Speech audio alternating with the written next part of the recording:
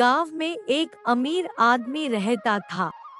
वो अमीर आदमी अपने बेटे की ज्यादा सोने की बुरी आदत से बहुत परेशान था।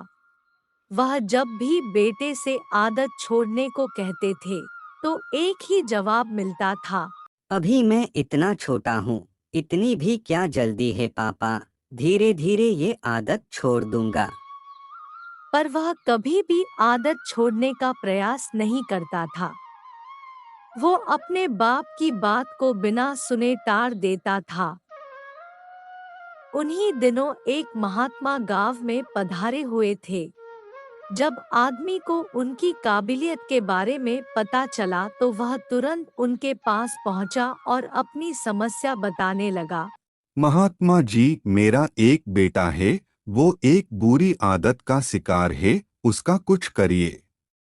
महात्मा जी ने उसकी बात सुनी और कहा, ठीक है, आप अपने बेटे को कल सुबह बागीचे में लेकर आइए, वहीं मैं आपको उपाय बताऊंगा।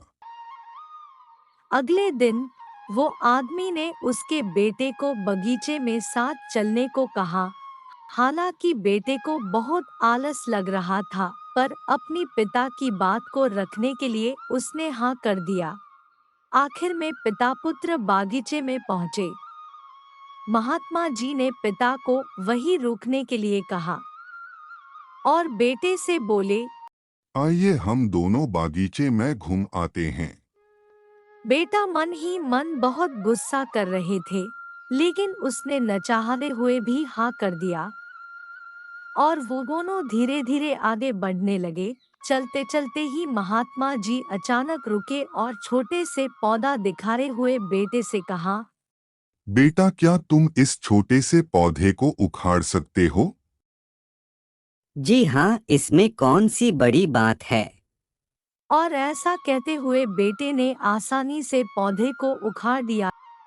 फिर वे आगे बढ़ गए और थोड़ी देर बाद महात्मा जी ने थोड़े बड़े पौधे की तरफ इशारा करते हुए कहा। क्या तुम इसे भी उखाड़ सकते हो? बेटे को तो मानो इन सब में कितना मजा आ रहा हो, वह तुरंत पौधा उखाड़ने में लग गया। इस बार उसे थोड़ी मेहनत लगी, पर काफी प्रयत्न के बाद उसने इसे भी उखाड़ दिया। वे फिर आगे बढ़ गए और कुछ देर बाद महात्मा जी ने एक गुड़हल के पेड़ की तरफ इशारा करते हुए बेटे से इसे उखाड़ने के लिए कहा। बेटे ने पेड़ का ताना पकड़ा और उसे जोर जोर से खींचने लगा, पर पेड़ तो हिलने का भी नाम नहीं ले रहा था। जब बहुत प्रयास करने के बाद भी पेड़ नहीं उखड़ा तो बेटा बोला, अरे, ये तो बहुत मजबूत है, इसे उखाड़ना असंभव है। महात्मा जी ने उसे प्यार से समझाते हुए कहा, बेटा, ठीक ऐसा ही बुरी आदतों के साथ होता है।